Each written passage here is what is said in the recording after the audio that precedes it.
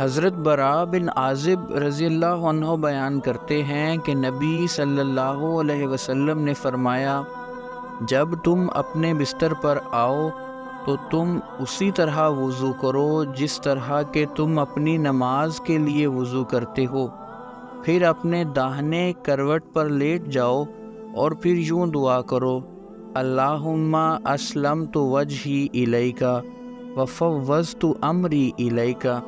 وَأَلْجَأْتُ ظَهْرِي إِلَيْكَ رَغْبَةً وَرَهْبَةً إِلَيْكَ لَا مَلْجَأَ وَلَا مَنْجَأَ مِنْكَ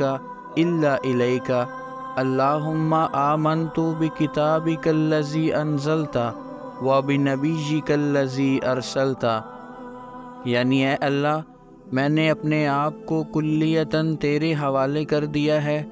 اور اپنا معاملہ تجھے سونپ دیا ہے، اور تیرے آسرے پر اپنی پیٹھ رکھ دی ہے، امید رکھتے ہوئے، ڈرتے ہوئے تیرے ہی حضور آنا ہے، نہ کوئی جائے پناہ ہے اور نہ تجھ سے بچ کر کوئی بھاگنے کی صورت اور نہ نجات کی جگہ مگر تیرے ہی پاس۔ اے اللہ، میں تیری اس کتاب پر جس کو تو نے اتارا ہے اور تیرے اس نبی پر جس کو تو نے بھیجا ہے ایمان لایا۔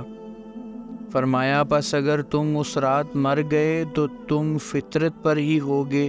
اور یہ کلمات سب سے آخری بات ہو جو تم کہو۔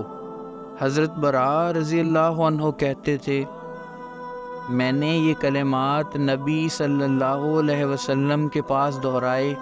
جب میں یہاں تک پہنچا کہ اے اللہ، میں تیری اس کتاب پر ایمان لایا جو تو نے اتاری ہے، تو میں نے کہا، اور تیرے رسول پر؟